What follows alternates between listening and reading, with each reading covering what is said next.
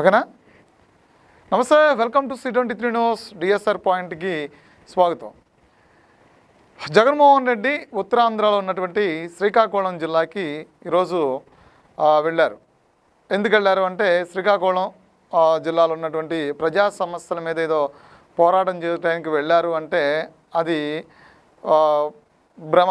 ఆయన వెళ్ళింది ఎందుకు అంటే ఎప్పట్లాగానే మామూలుగా క్రిమినల్స్నో జైలుల్లో ఉన్న వాళ్ళనో పరామర్శించడానికి వెళతారు కాబట్టి యాజ్ యూజువల్గా అలాగే శ్రీకాకుళం జిల్లాలో ఉన్నటువంటి సిదిరి అప్పలరాజు అంటే ఆయన ఏమన్నా ప్రజా పోరాటం చేసి జైలుకి వెళ్ళాడంటే కాదు, ఆయన కుమారుడు చేసినటువంటి ఒక యాక్సిడెంట్కి సంబంధించి సాక్ష్యాలను తారుమారు చేసే ప్రయత్నం చేసి అడ్డంగా దొరికి ఇద్దరు పోలీసులు అంటే ఒక ఎస్ఐ ఒక సిఐ కూడా సస్పెండ్ అవడానికి కారణమైనటువంటి వ్యక్తి సిదిరి అప్పలరాజు కోర్టు విధించినటువంటి 14 రోజుల రిమాండ్లో భాగంగా శ్రీకాకుళం జిల్లాలో జైల్లో ఉన్నారు. ఆయన్ని ములాఖాత్ అవడానికి వెళ్ళారు. అది పరామర్శించడం కూడా కాదులే కానీ ములాఖాత్కి వెళ్ళారు. ములాఖాతుకి వెళ్ళేటప్పుడు ఏం చేశారంటే భారీ ప్రదర్శన అంటే అక్కడ ఉత్తరాంధ్రకు సంబంధించినటువంటి ఆ ఉత్తరాంధ్ర పర్యటన 1వ తారీఖున ఆగస్టు 1వ తారీఖున పెద్ద ఎత్తున ఉత్తరాంధ్రలో ఒక భారీ సభ జరగబోతుంది. అంటే భారీ పర్యటన జరగబోతుంది ఈ దేశ ప్రధానమంత్రి నరేంద్ర మోడీది. ఎంత భారీ అంటే అది అంతర్జాతీయ విమానాశ్రయం అల్లూరి సీతారామరాజు అంతర్జాతీయ విమానాశ్రయాన్ని ప్రారంభోత్సవానికి రాబోతున్నారు. కొద్ది గంటలు ఆయన విశాఖలోనే భోగాపురం విజయనగరం ఆ ప్రాంతాల్లో ఆయన అక్కడే కొద్ది గంటలు ఉండబోతూ ఉన్నారు. విజయనగరం జిల్లాలోనే భోగాపురంలో ఆయన కొద్ది గంటల్లో ఆ భారీ సభలో ప్రసంగించబోతూ ఉన్నారు. విమానాశ్రయాన్ని ప్రారంభించబోతూ ఉన్నారు.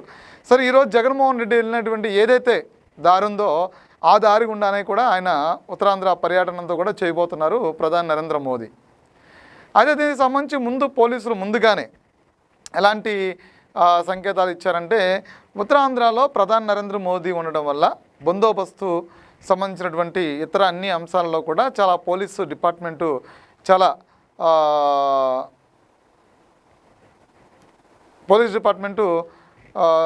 ఆ బందోబస్తు పనుల్లో నిమగ్నమై ఉంది. సో ఇలాంటి టైంలో పర్మిషను అంటే బందోబస్తు ఈయనకి రోడ్ షో చేయడానికి లేదా భారీ బహిరంగ సభ నిర్వహించడానికి లేదా పెద్ద ఎత్తున ర్యాలీలు నిర్వహించడానికి అనుమతి ఇవ్వలేము, అంత బందోబస్తు ఇవ్వలేము. ఉత్తరాంధ్రలో భోగాపురం ఎయిర్పోర్ట్ ప్రారంభోత్సవం ఒకటి ప్రధాని నరేంద్ర మోదీ, అదేవిధంగా ఆంధ్రప్రదేశ్ ముఖ్యమంత్రి మరికొంతమంది కేంద్ర మంత్రులు అదేవిధంగా రాష్ట్ర క్యాబినెట్ అంతా కూడా ఇక్కడ ఉండబోతుంది. కాబట్టి చాలా కట్టుదిట్టమైనటువంటి భద్రతా వలయంలో కూడా ఆ భోగాపురం పరిసర ప్రాంతాలు విజయనగరం ఇవన్నీ కూడా పరిసర ప్రాంతాలన్నీ కూడా చాలా కట్టుదిట్టమైన భద్రత మధ్య ఉండబోతుంది. కాబట్టి ఆయనకి ఇలాంటి అనుమతులు ఏమి ఇవ్వలేము. అంటే రోడ్ షో కానీ భారీ బహిరంగ సభకు కానీ లేదు అంటే కనుక ర్యాలీలకు కానీ ఇలాంటి వాటికి ఏమీ అనుమతి ఇవ్వలేమని చెప్పన్నారు. ఎందుకంటే అదే రోడ్డు గుండా కూడా ప్రధాని వెళ్ళాలని చెప్పనేది రోడ్ మ్యాప్ అని చెప్తూ ఉన్నారు. కానీ ఇక్కడ జగన్మోహన్ రెడ్డి వెళ్ళి పలకరించడానికి వెళ్ళిందేమో ఒక క్రిమినల్ని, పోతానంటే ఒక వ్యక్తి మరణానికి కారణమైనటువంటి వ్యక్తిని. గతంలో కూడా ఆయన చేసినటువంటి పర్యటనలు కావచ్చు, ములాఖాతులు అయినటువంటి సందర్భాలు కావచ్చు, పరామర్శలకు వెళ్ళినవి కావచ్చు, అంత క్రిమినల్ హిస్టరీ ఉన్న వాళ్ళనే జగన్మోహన్ రెడ్డి గారు పరామర్శలకు వెళ్ళినా దేనికైనా ములాఖాత్కి వెళ్ళినా ఈ బ్యాక్గ్రౌండ్లో ఉన్న వాళ్ళు మాత్రమే వెళ్ళారు. సో ఇప్పుడు కూడా సిదిరి అప్పలరాజుని ములాఖాత్ అవ్వడానికి వెళ్ళారు. ములాఖాత్ వెళ్ళి బయటకు వచ్చిన తర్వాత ఆటోమేటిక్గా ఈ ప్రభుత్వాన్ని ఉద్దేశపూర్వకంగా కేసులు కక్ష అంటే అంత ఎవిడెన్స్ కనపడుతున్నా, ఒక కుటుంబంలో ఒక పెద్దను కోల్పోయి ఉన్నా అక్కడ చాలా క్లియర్గా అంతా కనబడుతున్నా, టెక్నికల్ ఎవిడెన్స్ ఉన్నా సరే ఇది కుట్ర, ఈ ప్రభుత్వం చేస్తున్న కుట్ర. సిదిరి అప్పలరాజు 18 ఏళ్ల కుర్రాన్ని ఇరికిచ్చేటువంటి మర్డర్ కేసులు ఇరికిచ్చే ప్రయత్నం చేస్తుంది. అదేవిధంగా సిదిరి అప్పలరాజును కూడా ఇరికిచ్చేటువంటి ప్రయత్నం చేస్తుందని చెప్పని యాజ్ యూజువల్గా ఆయన ఎప్పుడు మాట్లాడినట్టు ఈ ప్రభుత్వం మీద ఏదో బురద వేయాలి కాబట్టి ఆ బురద ఆటోమేటిక్గా వేస్తారు. కానీ ఇక్కడ ప్రధాన పాయింట్ ఏంటి అంటే ఉత్తరాంధ్రలో అంత పెద్ద భారీ ఈవెంట్ జరుగుతూ ఉంది, రోడ్ షోలకి అనుమతి లేదు, వాళ్ళు కూడా రోడ్ షోకి కానీ ర్యాలీకి కానీ అదేవిధంగా భారీ బహిరంగ సభకు కానీ అప్లై చేయలేదు, అనుమతి తీసుకోలేదు. కానీ ఆయన విశాఖపట్నం నుంచి శ్రీకాకుళం వెళ్ళటానికి మాత్రం అనుమతి ఇచ్చారు, ములాఖాత్కి వెళ్ళడానికి అనుమతి ఇచ్చారు. అక్కడ జైలు అధికారులు ములాఖాత్కి పర్మిషన్ ఇస్తారు, ములాఖా అవుతారు, వస్తారు. ఈయన ఒక ఎక్స్-సీఎం. సో కానీ ఇక్కడ రోడ్ షో చేయడం ప్రజల్ని ఇబ్బంది పెట్టడం, ఇలాంటి వాటిని ఎందుకు చేస్తూ ఉన్నారు అంటే చట్టాన్ని పదే పదే పదే ధిక్కరిస్తూ ఉన్నారు. రేపొద్దున ఇక్కడ ఆయన రేపొద్దున వాళ్ళు ఉన్నటువంటి చాలా ఇదిగా ఉన్నారు, ఏంటంటే హై సెక్యూరిటీ జోన్గా రేపొద్దున ఇదంతా మారబోతూ ఉంది. ఎందుకంటే అక్కడ ఇంటర్నేషనల్ ఎయిర్పోర్టు ప్రారంభోత్సవం, దేశ ప్రధాని ఇప్పటికే ఆ కట్టుదిట్టమైనటువంటి భద్రతా వలయం, 2 అంచుల భద్రతా వలయం ఇప్పటికే అక్కడ చేరుకుంది. అటు కేంద్ర భద్రతా బలగాలు, అదేవిధంగా రాష్ట్ర పోలీసులు చాలా వరకు అక్కడ ఉన్నారు. రాష్ట్ర క్యాబినెట్ అంతా కూడా మ్యాక్సిమం అక్కడే ఉన్నారు. కేంద్రంలో ఉన్నటువంటి కేంద్ర క్యాబినెట్ మంత్రులు కొంతమంది హాజరుకోబోతూ ఉన్నారు. ఇలాంటి ప్రతిష్టాత్మకమైనటువంటి అంశాన్ని పెట్టుకుని వాళ్ళు చాలా స్పష్టంగా మీకు ఈ అనుమతులు మేము ఇవ్వలేమన్నారు. ఆ అనుమతులు కూడా వాళ్ళు అప్లై చేయలేదు, కానీ రోడ్ షో చేశారు, ర్యాలీ నిర్వహించారు,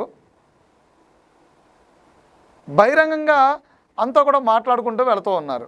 ఇది ఏమంటారు? చట్టాన్ని చేతుల్లో తీసుకోవడం, చట్టాన్ని పదే పదే ఉల్లంఘించడం. అక్కడికి వెళ్ళిన తర్వాత ఏదైనా కేసులు పెడితే వాళ్ళు కామన్గా వాళ్ళ రూల్స్ని వైలేట్ చేసినందుకు కేసులు పెడితేనేమో ఇది మళ్ళా ప్రభుత్వం అక్రమ కేసులు, ప్రభుత్వం ఉద్దేశపూర్వకంగా కేసులు పెడుతోంది అని చెప్పని రాద్ధాంతం చేస్తారు. ఇలాంటి ఒక సిచ్యువేషను అంటే అక్కడ ఇప్పుడు డైరెక్ట్గా విశాఖ నుంచి శ్రీకాకుళం జైలుకి వెళ్ళి ఆయన్ని ములాఖాత్ అయ్యి తిరిగి మళ్ళీ విశాఖపట్నం ఎయిర్పోర్ట్ నుంచి తాడేపల్లి గన్నవరం ఎయిర్పోర్ట్కో లేదంటే బెంగళూరు ఎయిర్పోర్ట్కో వెళ్ళిపోవచ్చు. ఆయన ప్రశాంతంగా జరుగుద్ది, ఇదేది కాంట్రవర్సీ ఉండదు, ఇదేది చర్చకు కూడా రాదు.